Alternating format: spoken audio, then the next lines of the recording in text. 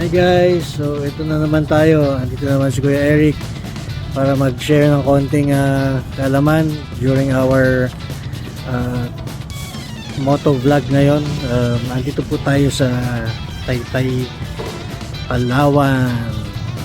So ito po, nag-stop over muna tayo dito sa Taytay, Palawan from Puerto Princesa.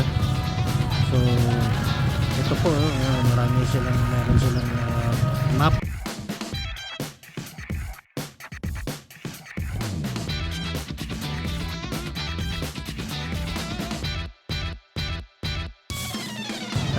Sa mayor nila tsaka sa vice mayor, pero yun nga, I arrived here too early, due respect to the other local executives, no? Pero I think si Mayor Kit niya ito lang nakikita kong pumapasok ng alas 5 o alas 6 ng umaga.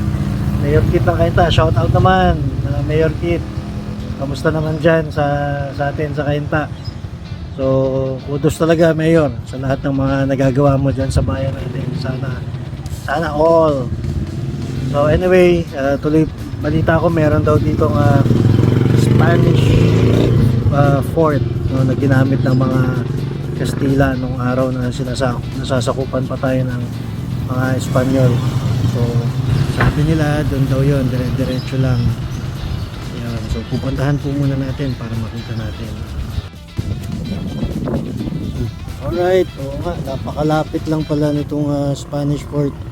So andito nga tayo sa parang dulo na to ng Palawan, kaya dagat na, ng Taytay, Palawan. So dagat na yan, no? Then ito yung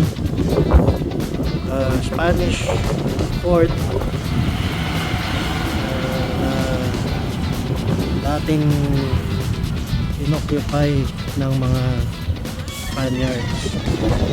So lapit po tayo doon para makita natin kung anong meron. Dios, Patria Adorada, Rayon de Sol querida, Terra de Maria Oriente, morir es cansar.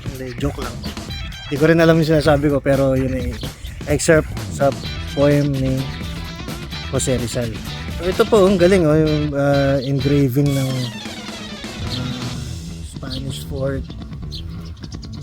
Tapos meron pa hong kanyon dito.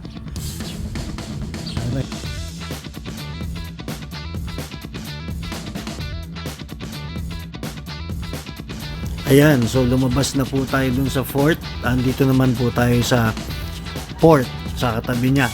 So sabi nila, ito daw ay lumang fishing village at dito dumadaong ang mga mangingisda dito sa Taytay, Palawan. At dumadaong din dito yung mga pirates, kaya minabuti ng mga pare na magtayo ng fort para protektahan ang teritoryo. At noong 1859, ang Taytay ang unang kapitolyo ng Palawan hanggang 1876. Tapos Cuyo naman ang naging next na capital bago maging Puerto Princesa. Okay guys, so sana may natutunan na naman tayo sa ilang minuto. So next time ulit, see you sa susunod nating vlog. Ito po si Kuya Eric, ang inyong Pinoy Contractor Travel Vlog.